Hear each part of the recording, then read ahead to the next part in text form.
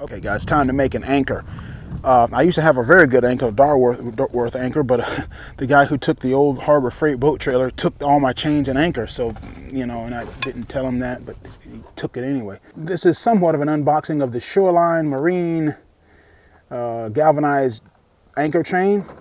And as you know, we just built this sort of new motor. So we've got blown a couple of motors. So we got a couple of crankshafts. We got a couple of old flywheels, a lot of heavy weight, and we just got to have some rope because we're having to replace the pull rope on our motor. So we have all this. Why not make a good anchor?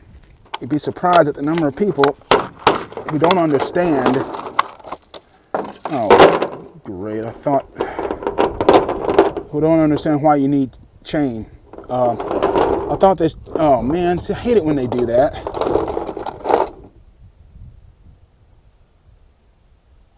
Okay, it says long ovalized link ends. I thought that meant it had the actual snap. No. But anyway, could easily get a quick snap from somewhere like the Wally World. Put that on here, like so. And then we just tie our rope here. Now, I use what we call an anchor hitch. One of my favorite knots or whatever. This is about 50 feet of rope, so not a lot. Tie a stopper knot here, double overhand knot there on the end.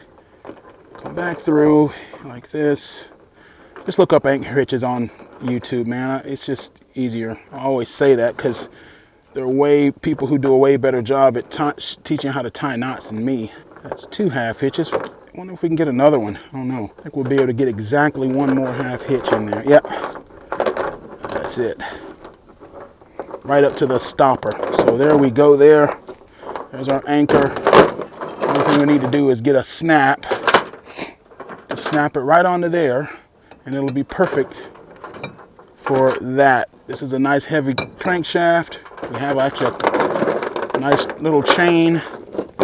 And that, my friends, is essentially going to be my anchor for the season. See ya.